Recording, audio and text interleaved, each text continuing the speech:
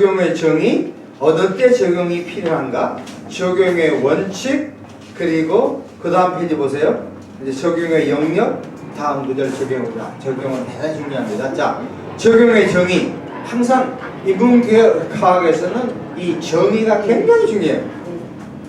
적용은 이론을 실생활에 적용한 것이다. 이게 사전 절차로 나오고, 설교에서의 적용은 설교자가 청중 개인에게 메시지를 행하는 것입니다. 예를 들면 베드로가 설교를 했을 때 청중이 반응합니다. 자, 사도행전 22장 36절을 보세요. 너희가 누구죠? 유대인들이죠. 유대인이죠. 네. 잘 보세요. 십자가에 못 박은 이 예수를 하나님이 주와 그리스도가 되게 하셨다. 주는 뭐고 그리스도가 뭐예요? 주는 우리의 주인이고 그리스도는 뭐예요? 기름 메시아죠. 기름 부음 받아자 메시아입니다. 자, 37절 보세요. 이게 중요해요. 그들이 이 말을 듣고 뭐예요?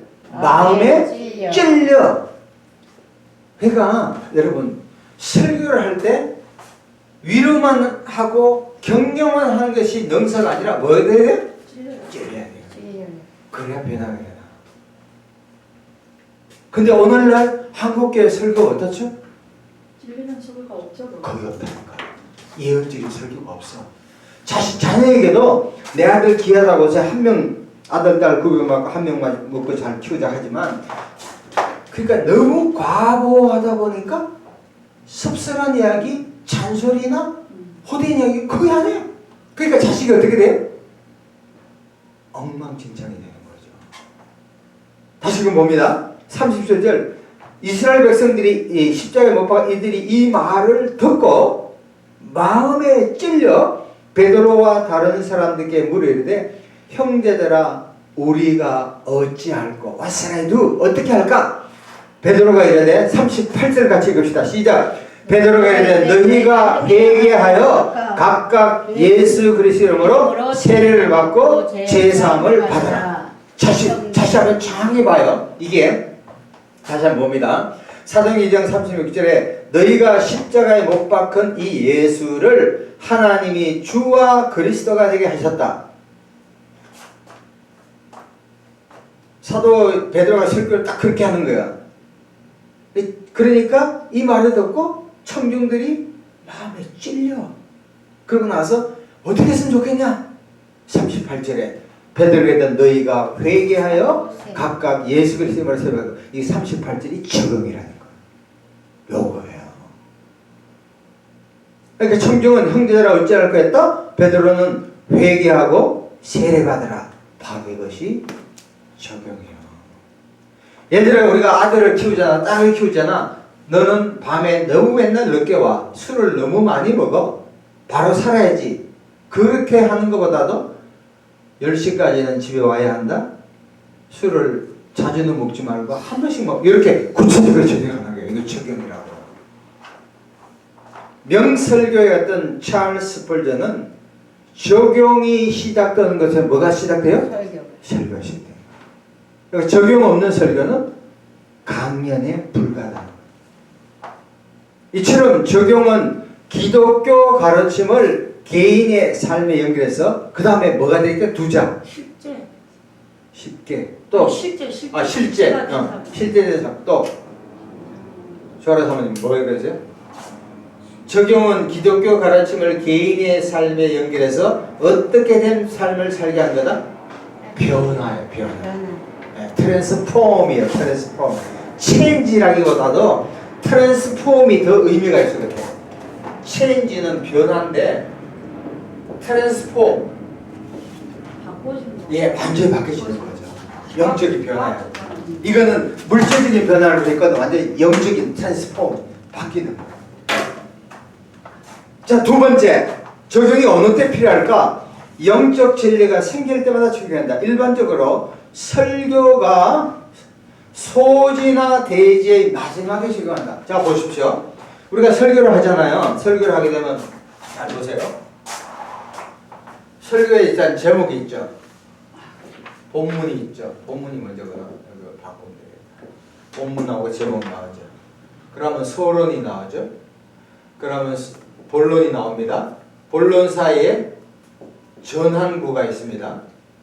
그리고 대지 1, 대지 2, 보통 대지 3 다음에 결론 할 때 여기서 적용이 어디에서 들어가야 할까? 저자는 1, 2, 3 요게 대지입니다. 요게 소지입니다. 자, 그런데 적용이 어디에 맞을까? 이 사람은 소지가 하나 끝났을 때 하든지 아니면 전체 대지를 하라고 생각하는데 제가 생각할 때는 소지까지는 너무 필요 없고 대지 하나에 할 때마다만 하면 될 것 같아요. 너무 많은 거 필요 없어. 왜냐하면 적용하게 되면 너무나 많은 적용하게 되면 사람들이 그걸 잘 기억을 못 하거든요. 그래서 다시 한번 봅시다. 설교서 소지나 대지의 마지막에 있습니다. 때로는 설교의 결론에서 마무리 작업으로 할 때 됐다. 아까 말한 사도행전 2장 38절 복음적 전도적 설교들이 해당한다. 또 그리고 여호수아서에서 보면은 24장이니까 마지막 설교할 때 나와 우리 집은 어떻게 여호와만 섬긴다. 그게 적용이거든요. 결론이면 그렇게 보시면 됩니다. 자, 적용의 원리는 첫 번째 설교를 기본적 인간 문제와 요구에 관련시키라. 자책감, 좌절, 고독, 두려움, 분노, 투기와 정서의 문제에 대한 성경의 해답을 만들라. 그 고독이라는 거 한번 보세요. 제가 어제가 무슨 요일이죠? 금요일이잖아요. 금요일이구나. 목요일날 처형 아버님이 돌아가셔서 비 온 날이 목요일입니까? 또 대전 갔다 왔어. 갔다 와서 그분은 돌아가실 때가 내가 어떻게 둘째 아들이 제일 먼저 연락을 받아서 둘째 아들 딱 가니까 너 왔어? 하고 돌아가셨대. 근데 요양원에서 이제 돌아가셨는데 장모님도 마찬가지로 이 사람들이 지금 나이 많은 사람들 젊은 사람도 그렇지만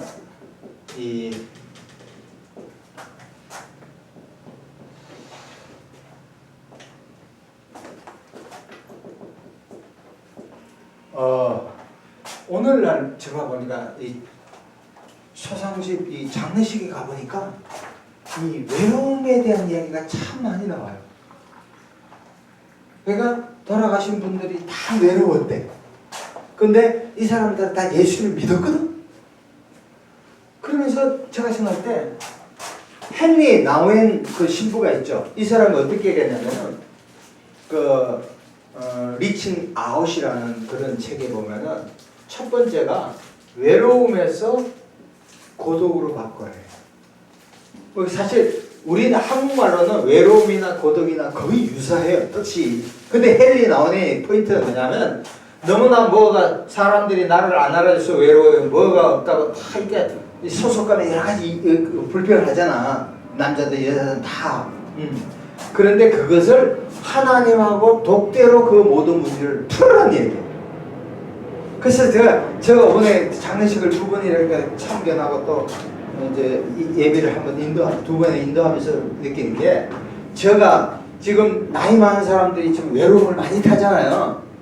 물론 그러다 보면 사람들로 하여금 사람과의 관계에서 위로를 참 많이 받으려고 그래. 위로도 해야 되겠죠. 근데 내가 한번 더 깊게 나가서 위로는 궁극적으로 누구를 통해서 하나님을 받아야 돼.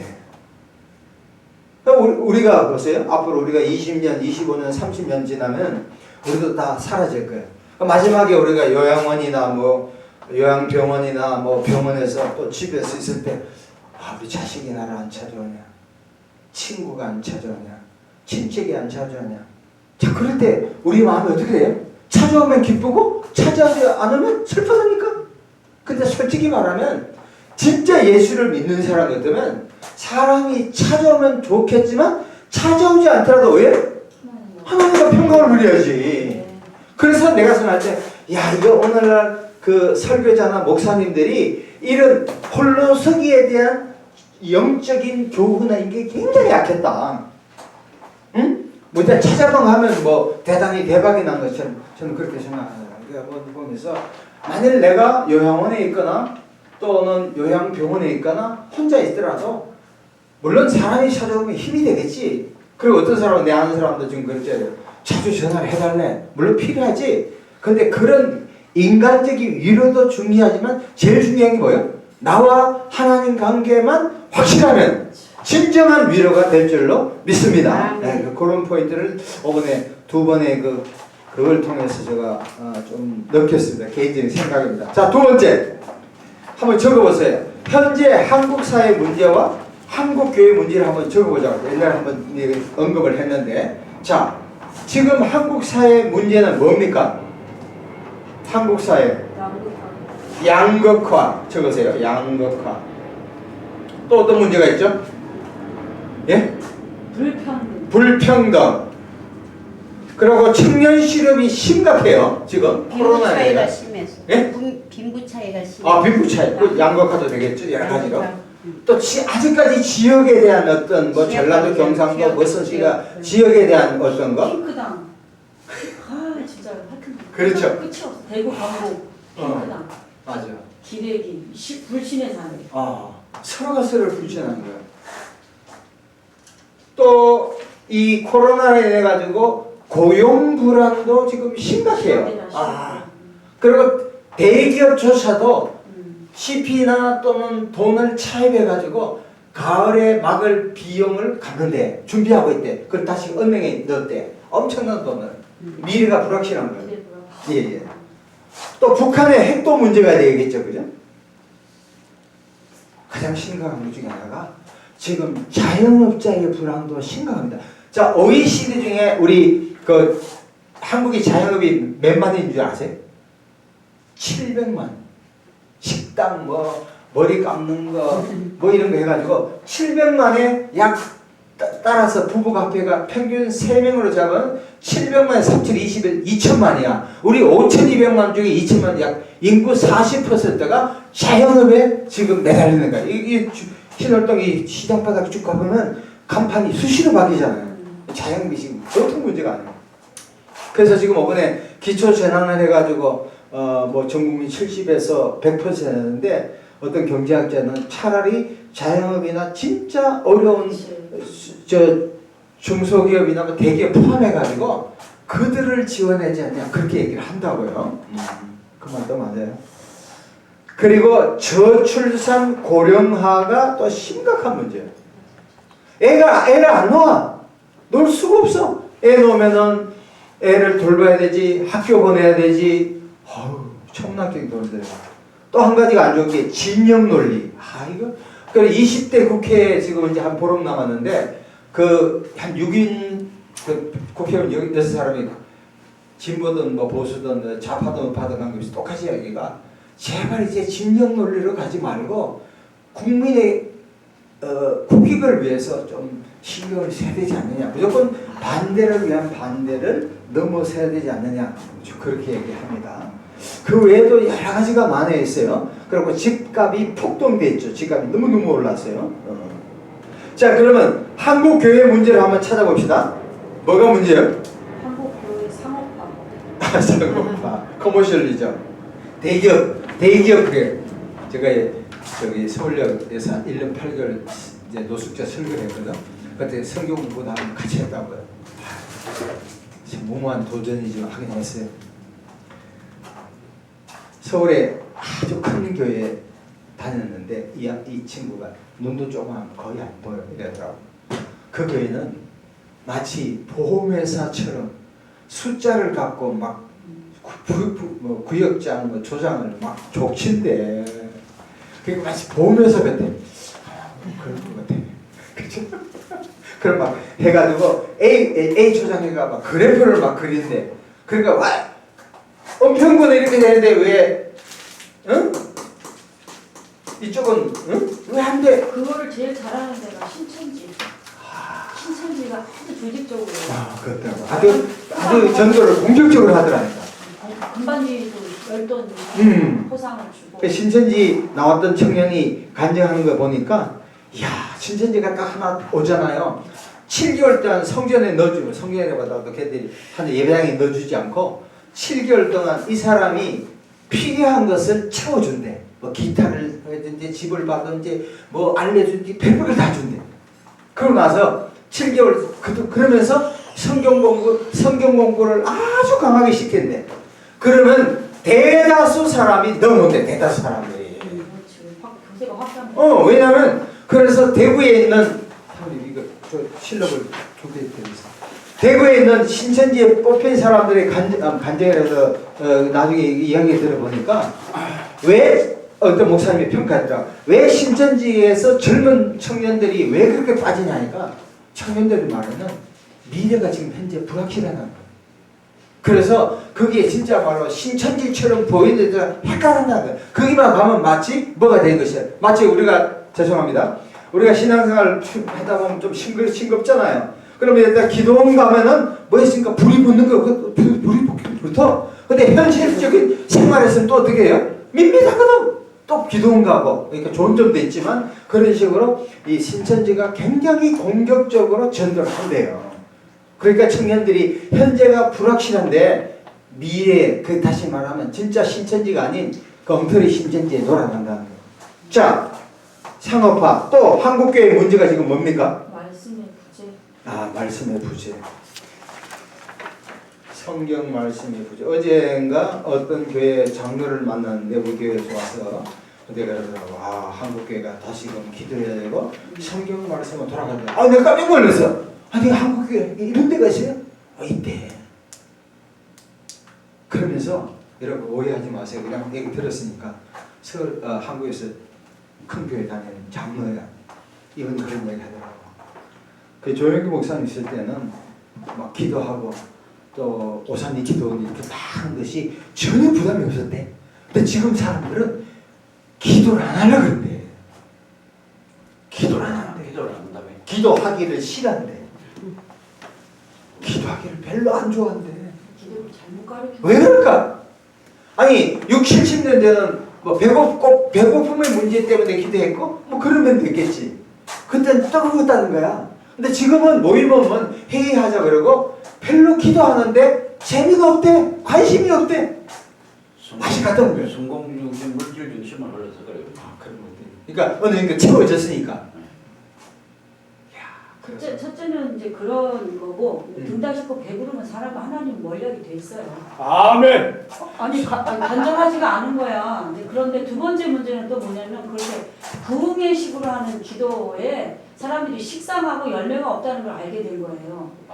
또 그런 것도 있어. 그래서 이거 진짜 그 말씀 가운데서 잔잔한 하나님을 경험하는 분위기. 생활 속에서 열매가 나타나는 거로 지향을 지금 바꿨어 지금.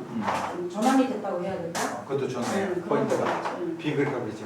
지금 전 세계에서 만불 이상 되면은 진짜 등 따시고 배부르면 교회를 멀리한대. 한국이 지금 얼마입니까? 3만 불이요. 작년 말에. 그러니까 3배가 잘 사니까 그러니까 사실 어때면서 60년대 70년대에 빵의 문제를 해결한 거는 뭐 출세 이런 거 어쩔 수 없지만 사실상 그때 지나친 아까 말한 상업주의, 물질주의, 출세 지향주의, 대기업의 어떤 교회 기업화 이런 것보다도 사실상 그때 개신교가 다른 각도에서 가세야 되는 거야. 서울에서 전라도, 경상도, 충청도에서 그냥 항학열 또는 출세 지향주의로 막 가다 보니까 오늘날 시대에도 그렇게 하니까 이게 먹혀들지 않아. 마치 30년, 40년 전에 패러다임을 갖고 시작하니까 접근이 안 된단 말이에요. 아까 사모님 말씀하는 것처럼 그렇게 새로운, 우리는 항상 그렇잖아요. 설대 교수들이 모여가 그런데 우리는 항상 문제 파악을 잘한다. 그러나 대안은 너무 약하다. 그러니까 문제가 중요한 게 아니라 대안은 아까 말씀드렸잖아. 진짜 기도를 이렇게 물질적인 것보다도 어떤 게 영적인 측면에서 왜냐하면 늘 가야 된다는 거야. 그러니까 부흥사들이 뭐 복 받아라, 뭐 복 싫어하는 사람은 없겠죠. 그러나 막연하게 복만 주장했다가는 뭐 복 받으면 끝나잖아. 복 받았는데 교회 나올 리가 뭐냐고. 보고 받았잖아. 3만 불 시대인데 4만 불 향해 나가다가 지금 주저앉은 거예요. 코로나 때문에. 그러니까 그게 어떻게 하면 복이 그게 축복이지. 그리고 저기 치유받고 귀신이 떠나가면 다 다른 데로 가요. 어디로 가? 그 얘기도 안 해. 아, 많이 겪었어요. 불교로 가요? 아니요, 집에 저기 치료? 더 좋은 데로 이렇게 가요. 거기에 치료받으면 거기서 섬기고 저기 하지 않고 이렇게 그것도 동하고 나 치유받았다 간증 말도 안 하고 다른 데로 옮겨요. 왜 그럴까? 그거는- 자기 정체가 뽀록 나니까? 네, 그것도 아니 그것도 있지만 있지만은 그 치유를 하고 하는 단체가 지속적인 교육을 못 하는 거지. 그러니까 그런 사모님, 거. 그것도 알아주세요. 그런 면도 날려를 받는데 이게 있어요. 저 같은 경우도 신앙생활 하잖아요. 그러면 초기 단계의 교회가 있고, 그렇지. 저기 절대 비판이야. 그런 양육 단계의 교회가 있고, 진짜 성장 단계의 교회가 있다니까. 레벨이 있는 거야. 그러니까 처음에 와서 문제 중심으로 접근을 해. 그러면 이 사람이 더 이상 해결책이 없으니까 그건 도망가는 게 아니라 자기가 영적으로 더 많은 그 말씀 중심 교회로 간다니까. 이건 배신이 아니라니까. 진짜 제자리에 찾아가는 거지. 그러니까 어떤 목사님이 예. 내양이라는 거 자체가 인본이라는 거야. 그렇죠. 아니 근데 물론 억울하지. 내가 심혈을 들여서 이제 이렇게 전도를 해놨는데 그러면 그 교회에서 지속적인 양육이 가능하면 거기 남지만 그게 안 되면은 하나님의 양이기 때문에 하나님은 다른 교회를 보내서라도 그 사람이 다음 영적 성숙 단계를 노리신다는 것이지. 그러니까 전인적인 생각을 가지고 목회를 해야 되는데 그냥 내 양, 잘 봤어요. 내 교회, 잘 봤어요. 내 교인 이게 그러니까 목회자가 말입니다. 앞으로 이제 한국교회 대안이 나와요. 목회자가 병도 고치고 마귀도 쫓아내고 양육도 기가 막히게 하고 성장도 잘할 목회자가 있겠어요, 없겠어요? 드물 거의 없는 거야.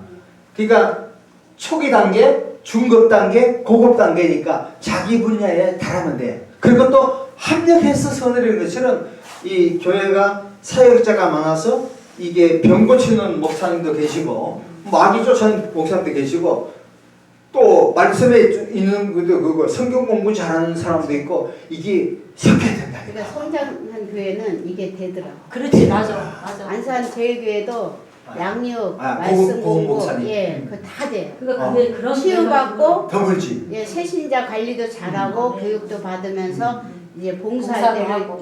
이끌고 이제 소명자로 가는 거지. 사명자로. 그러니까 이게 스테이지 단계가 딱 돼 있잖아. 그러나 이런 상가나 이런 교회는 사실 약하지. 목사님들이 거의 돌봄 위주지 말씀에 충실한 분이 없어요. 하기가 힘들어. 1인 10여기 20인데 사모님 봐. 20년 30년 먹여도 이놈들 고마움을 모르잖아. 완전히. 그러니까 이걸 내가 생각할 때는 이 물질적인 것도 한 번씩 하지만 영적인 메시지가 들어가야 되면 천국에 대한 거 사실 말하면 영적인 메시지가 윤리도 들어가야 되고 이 단계를 보면서 아 우리 교회가 작을 때는 이게 다 할 수가 없거든. 고급 목사도 한 10,000명 되죠? 됩니까? 그냥 인프라가 되니까 그게 대한 스텝을 데리고 오면 되잖아. 그러나 작은 교회에서는 사실 뭐 부부가 톱뛰기든지 아니면 사모님이 일하는데 이게 되냐고. 서울역에서 내가 아는 목사님들 보면은 자기는 사역을 해야 되는데 사모님은 유지를 못하니까 식당에서 일하신다니까. 이런. 뒤에서 하니까. 그러니까 어떻게 되겠냐고 이게. 굉장히 어려운 거야. 또 그리고 서울역 사역 그분들 노숙자 이런 분들 보면은 제가 내 설교를 이렇게 해보면 그 중에서 괜찮은 사람도 있어. 그러나 대다수는 예를 들어가지고 여기에다가 성경 29절 적으면 10,000원 준다. 그러니까 막 한 20명이 올 줄 알았는데 50명이 오는 거야. 이 목사님이 정부에서 받은 돈이 지금 부족한 거야. 그러니까 59절 적으세요. 그러니까 막 교인들이 막 짜증이 나면서 아니 목사님이 왜 거짓말 하세요? 29절 죽으면 10,000원 준다 하는데 왜 59절까지 왜냐면 예산이 없으니까. 그러니까 어느 정도까지 성도들을 유인하면서 현혹할 수 있는데 그 다음에 하나님의 말씀을 이게 못한다고. 대다수 죄송합니다. 이 개척교회 이런 형태들은 말씀이 많이 딸려. 왜냐하면 거기에만 전념을 못하는 거야. 일하기 바쁘지. 인천만 하더라도 목사님의 레벨을 갖고 한 1,000명 이상이 대리운전 하신대요. 밤에 하면 되겠어요? 정화가 돼야 되잖아요. 그거는 제가 생각할 때 한 5년, 10년 안에 다 정화될 거예요. 정화가 되는지 안 돼. 그거는 그건 막 어거지로 내가 목사라고 그걸 찾고 있을 필요가 없고 다른 단계에서도 얼마든지 하나님이 그렇죠. 할 수 있는 거를 우리가 어떻게 생각하세요? 근데 대리운전 많이 하더라고 목사님. 많이 하죠. 그러니까 그게 근데- 부족하지. 근데 그걸 뭐 정한다고 될 일이 아니잖아. 자기 저 선택상. 아니 저절로 그거는 저절로 정리가 되게 돼 있어. 왜냐면은 그래도 뭐 교회를 저기 하고 삶을 살아가야 되니까. 목표 아니 왜 목회를 해야 된다는 생각이 아니, 고정이 돼 있는 그러니까 자기가 이제 교회를 뭐 정리한다기보다는 일단 삶을 살아가야 되니까 일단 그걸 목사의 신분이지만 그걸 해야 되더라고. 그래서 여기 사도행전 9장에 보면은 이제 사도 바울이 내가 양에 대한 음식을 먹는 게 당연하다. 그러나 내가 그것을 서지 아니하고 나는 이제 자비량으로 한다는 거거든. 그럼 신학적으로 그럼 목사까지 해서 못 먹어도 계속 하나님이 나를 택하는 데가 세상 일을 해냐 끝까지 가겠다는 팀이 있고 도중에서 그때 상황한 사람도 있고 아니면 뭐 세상 일 하면서 목회를 사이드로 하는 사람도 들어 있는 거야. 근데 이거에 대해서는 참 사도 바울이 굉장히 플렉시블, 그러니까 유연하게 되지만 사실상 이편이 엄밀하게 말하면 우리가 두 가지 일을 할 수 있어요, 없어요? 힘들지. 지금 사모님 일하시잖아. 근데 어떻게 생각해? 제가 우리 그 고은 목사님한테 교육받은 거는 이게 뭐 일하면서도 예배 드리면 그런 거 채워지는데 이 세상에서 일하면 그쪽에서 더 저기 해버리면 이런 영적인 부분은 약해져요. 약해지는 근데 이제 거예요. 그쪽에서도 승리하는 거예요. 거기서도 기도하고 찬양하고 그게 예배가 돼야 돼요. 이게 세상 일이 아니고 주님을 위해서 이제 물질을 번다 생각하면 뭐 이런 거 상관없더라고요. 아니 근데 그 지도자라든가 리더자가 되기 어려운 게 뭐냐면 그 사도 바울이 천막 장사를 했잖아요. 근데 그게 진짜 실제로 천막이냐 아니면 영적인 어떤 텐트 메이커. 그러니까 장막이냐 우리 심령을 말하는 거냐. 아니 텐트 메이커. 텐트 메이커인데 텐트 메이커는 장막을 만든 사람이야. 아니, 글쎄, 브리스기를 아우려고. 아니 글쎄 그런데 상징이 그걸 말 그대로 받아들일 것이냐 아니면 그렇지 뭐 그런 상징적으로 볼 수도 있긴 한데 사실은 사도 바울이 천막 장사 이후에는 일체 그 자기 어떤 자비랑 가진 것에 언급이 없어요. 그 이후에는 또 성경을 살펴봐야 되고 아까 사모님 말씀하신 것처럼 우리 실제 경험자잖아. 근데 교회를 열어놓고 월세 교회를 열어놓고 목사랑 목사 아내가 그 목사 부인이 전념한다는 거는 하나님을 정말 의지해서 그걸 초월할 수 있는 그 지점이 있어요. 그걸 초월한 사람은 교회를 유지를 하고 안 그러면 다 무너지는데 그렇지. 그런 숫자가 너무 많고 예. 절대 두 가지 양립할 수는 없어요. 그건 자기 자신을 속이는 거야. 왜냐면 일반 성도라고 똑같이 생활하면서 나는 영적 리더자이기 때문에 말씀을 선포한다. 물론 특이한 케이스가 없는 건 아니에요. 그렇지. 근데 일반적으로 생각하시면 절대 안 돼요. 그러니까 지도자로 보편화가 될 수는 없다는 거죠. 지도자로 살 것이냐 아니면 그냥 평범하지만 하나님을 섬기고 살 것이냐 그걸 한 파트를 만들 것인가? 다림하게 어떻게 생각해? 이제 사모님 말씀이 이제 맞는데 제가 이래 보니까는 한국 교회가 그동안 오직 목사님들은 교회 종은 이제 하나님은 생명을 살아 이런 식으로 사고가 정립되어 있지 않습니까? 그렇죠. 그런데 이제 시대가 흐름에 따라서 이제 대리운전자도 많듯이 그걸 다시 이제 풀어주는 단계로 그걸 가는 것 같더라고. 이제 그 한국 교회가 교회 목사님이 교회 이게 동네 그 삶만뿐만 아니라 실생활에서도 이제 삶 속에서 하나 업을 가지고 할 수 있는 그런 단계로 오히려 시대 흐름에 따라 가는 것 같더라고. 그리고 내가 아는 목사님은 그걸 갖다가 막는 게 아니라 허용하는 걸 하더라고. 나 아는 목사님도 개인 택시 하면서 교회도 잘 하시거든요. 잘해요? 쉬는 날 강사로 가고 예. 또 개인 택시 하면서 손님 전도도 하고 예. 돈도 물질도 벌고 교회도 운영하고 그래서 시대적으로 뭐 근데 일한다고 나쁜 것도 오케이, 아니고 오케이. 제일 하면서 너무 근데 쫓들리니까 그 교회가 영적인 측면은 어떻게 보세요? 그래서 그분도 뭐 이렇게 일 안 하면 뭐 이렇게 하나님만 바라보고 뭐 하늘만 바라보고 있는다 하지만 도움이 뭐 친척이든 뭐 식구들 도와주면 교회가 지탱은 해가는데 물질적인 면 때문에 일하는 건 나쁘다 뭐 좋다 그런 말은 안 해본 사람들은요 이렇게 말하기 좋아요. 저도 처음에는 김밥집에서 일할 때 사람들이 왜 하냐 하는데 지금은 돈 없이 막 이렇게 10,000원씩 자기 그렇지. 챙겨주는 사람보다 조아라 사모가 너무 훌륭하다. 평가가 나와요. 예전에 처음에는 내가 이렇게 뭐 한 달에 150 벌 때도 뒷말 하더라고. 그래. 그래서 아 그래? 그냥 이랬어요. 근데 이제 들리는 소리로 이 사람 비교하면서 저 사람은 10,000원씩 얻어 다니는데 열심히 돈 버는 조아라 사모는 평가가 좋다. 그런 말이 들리는데 뭐 주님을 위해서만 일하는 거 나쁘다 좋다 뭐 세상에 하면서 나쁘다 좋다 말할 저기가 아니에요. 시대가 그런 식으로 그러니까. 하니까 한국 교회도 거기에 발맞춰서 오케이. 허용. 근데 우리가 이제 볼 때는 네. 시대는 시간 항상 변하거든. 앞으로 이게 그게 용인되고 허용이 되면 이게 기운이 게 왜냐 살아보니까 목사의 지금 권한을 많이 주다 보니까 지금 각가지 문제가 있어요. 교회 내 성폭력, 막 그 개입, 막 그냥 성도, 그러니까 얘좀 얘기할게. 그러니까 지금 이재호 집사님 말씀도 굉장히 맞아. 시대적인 흐름을 절대 무시할 수가 없는 게 해보니까 안 되는 거야. 네. 안 되는 거야. 그러니까 이제 그것도 좋은데 성경은 뭐라고 얘기하는지 우선 생각을 해봐야 돼. 성경에서의 그 옛날 선지자들이라든가 신약에 가서 사도들이라든가 그 삶을 살펴봐야 되고 성경의 기준을 살펴보고 아무리 시대가 흘러도 성경의 원리는 하나거든요. 그걸 생각을 해봐야 되고 시대적인 흐름을 막 또 좋다 나쁘다 그걸 떠나서 그 하나님께서 과연 내가 지금 하는 포지션, 내가 하는 삶, 내가 생활하는 게 내 마음이 하나님께 가 있냐 그게 제일 중요하거든 사실은. 그 주변 사람들의 평가보다는 그러니까 그거를 생각을 해야 되는데 확실히 대리운전을 하거나 이렇게 양립을 하는 목사님들의 그 메시지가 약할 수밖에 없는 거야. 굳이 그 교회 갈 필요가 없는 거라. 그러니까 지금 아까 안산 제일 교회처럼 정말로 그 목사가 제대로 한다면은 그렇게 제대로 형성된 교회에서 양육을 받아야 제대로 된 교인이 나오지. 막 진짜 봐봐요 교회 가봐. 세상에서 일하는 사람. 저도 그거는 그 부분은. 자 우리 성경 구절 한번 찾아봅시다. 프린시플 원칙 고린도전서 9장 13절. 9장 13절. 그러니까 상황을 부인하는 거 아니에요. 그렇게 할 수 있는 예외 없는 법칙은 없다. 그러나 성경적인 원칙을 보자. 그렇지.